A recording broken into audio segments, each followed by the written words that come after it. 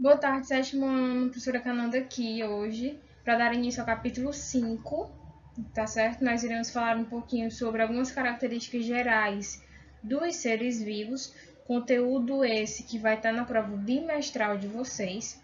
É um conteúdo um pouco novo, mas ainda assim é um conteúdo simples, que eu vou tentar explicar para vocês. Vamos seguir a mesma metodologia de sala de aula.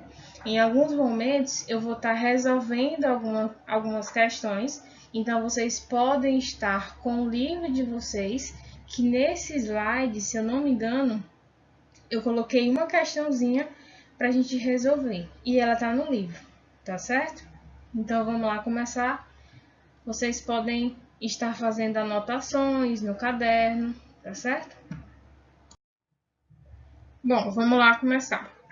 O ponto-chave do capítulo, como até já tinha comentado com vocês, são os seres vivos.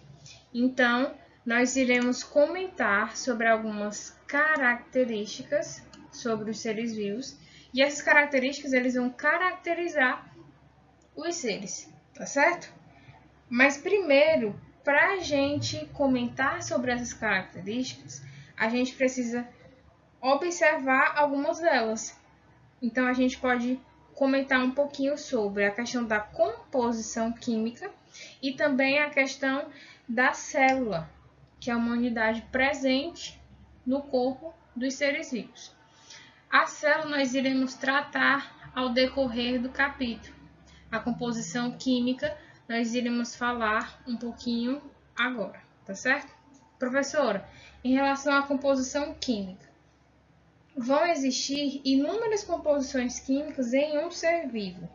Pode ser da mais simples à mais complexa. E esses compostos, eles podem ser divididos de duas maneiras. Eu tenho os compostos inorgânicos e tenho os compostos orgânicos. Professora, basicamente qual vai ser a diferença de um para o outro? As substâncias inorgânicas, elas são moléculas pequenas, com pouca complexidade. Então, eu posso dar dois exemplos para vocês. A água e os sais minerais. Já nas substâncias orgânicas, eu tenho moléculas mais complexas. Elas vão ser formadas basicamente por cadeias carbônicas. Essas substâncias orgânicas, elas estão no nosso dia a dia de inúmeras formas. Eu posso citar a questão dos carboidratos, eu posso citar a questão das proteínas, também tem os lipídios, as vitaminas e os ácidos nucleicos, tá certo? Bom, vamos lá iniciar falando um pouquinho sobre organização celular, certo? Primeiro, não sei se vocês se recordam, mas nós já comentamos um pouco sobre a questão das células procarióticas e células eucarióticas em sala de aula. Vocês até produziram um tipo de célula eucariótica em uma das nossas aulas práticas, tá certo? Mas, professora, qual é que vai ser as três partes, as três regiões básicas de uma célula?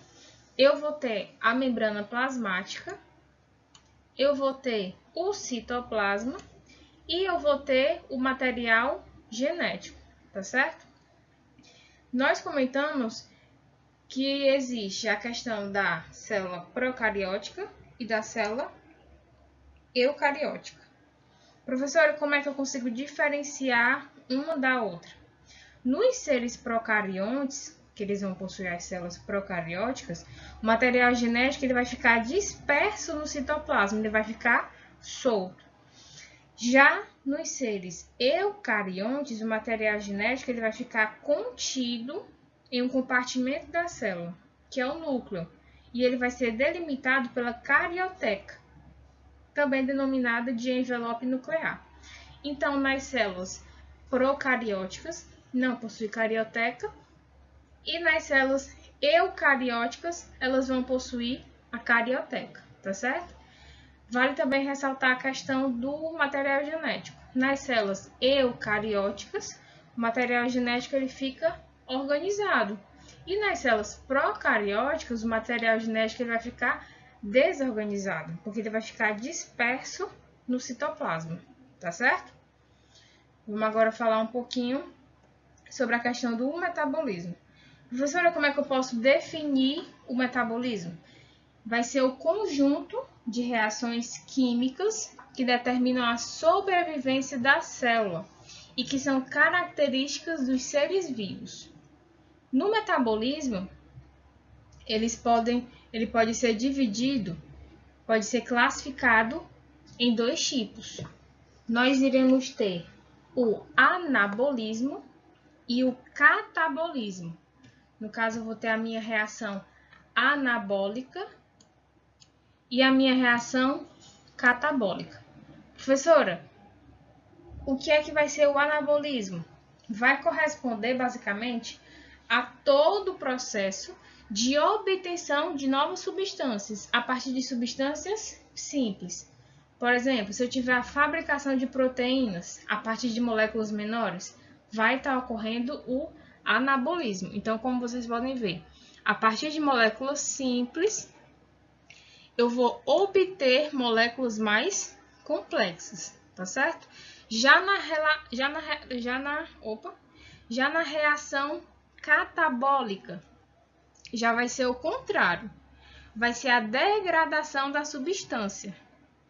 Antes eu tinha moléculas complexas e depois eu tenho moléculas simples, tá certo? Então, o anabolismo vai ser a fabricação de substâncias, vai ser a obtenção. E o catabolismo vai ser a degradação, vai ser a quebra, tá certo? Bom, vamos falar agora um pouquinho sobre a questão da reprodução. Vai ser basicamente uma característica do ser vivo, vai ser a capacidade que ele tem de se reproduzir, ele vai gerar descendentes. Essa capacidade vai fazer com que o ser vivo ele possa contribuir para a perpetuação da espécie. A espécie ela vai continuar naquele planeta. A reprodução dos seres vivos ela pode ser classificada de duas formas, que nós iremos comentar agora. Nós podemos ter a questão da reprodução assexuada e também nós temos a reprodução sexuada. Primeiro vamos iniciar pela reprodução assexuada, tá certo? Vai ser um tipo mais simples de reprodução. Nessa reprodução, os descendentes eles vão ser cópias exatas dos seus ancestrais. E não vai precisar da união das células sexuais, que são chamados de gametas.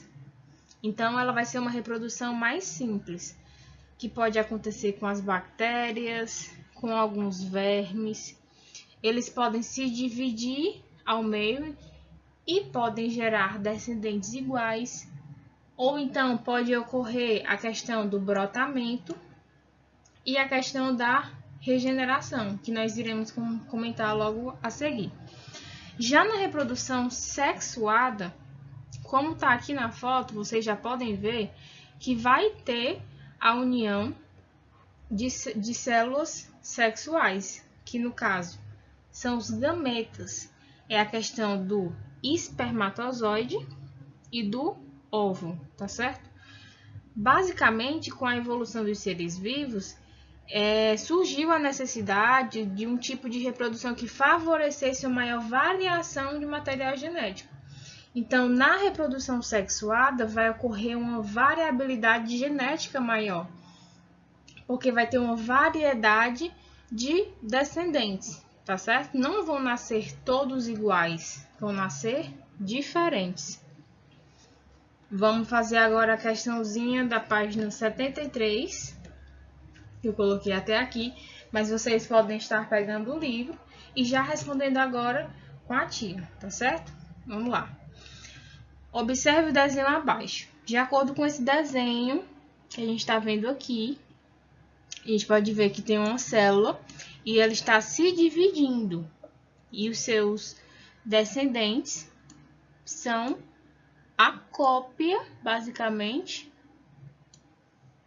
do seu ancestral, tá certo? Ele pergunta: nesse tipo de reprodução, as bactérias filhas são uma cópia da bactéria mãe. que tipo de reprodução está sendo mostrado. Não tem nem dúvidas, né? Eu acabei de falar, tem aqui ao lado, e vai ser a reprodução assexuada, que é um tipo de reprodução mais simples, em que alguns seres vivos eles podem dar origem a descendentes que são cópias exatas, tá certo? Para finalizar, vamos falar um pouquinho sobre a questão do desenvolvimento, tá certo? Bom, vão existir alguns seres vivos que eles vão possuir a capacidade de se transformar durante a vida. Eles vão adquirir novas características e essas características vão favorecer uma melhor adaptação para eles ao seu habitat. Isso é muito comum acontecer com os insetos, desde o momento em que eles saem do ovo até a sua fase adulta. A gente tem como um dos maiores exemplos a questão da borboleta. A lagarta e a borboleta, elas são da mesma espécie, só que elas estão em estágios de desenvolvimento distintos, diferentes, tá certo? Então, alguns seres vivos, eles vão possuir essa capacidade de se transformar, de se desenvolver ao longo da vida para adquirir algum tipo de característica, tá certo? Para finalizar, vamos falar sobre outra característica que é essencial para os seres vivos, que é a questão da hereditariedade.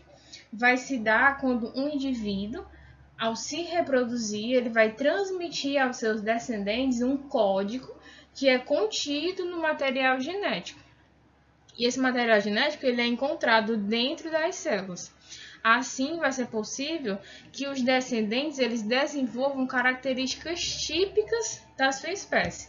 Por exemplo, se eu pegar um urso, ele vai herdar dos seus pais as características que lhe permitirão, quando crescer e se reproduzir, igualmente eles vão transmitir para os seus descendentes. Então, nisso eles vão ficar perpetuando a espécie e vão ficar transmitindo as suas características. Nisso, a gente tem a característica chamada de hereditariedade, tá certo?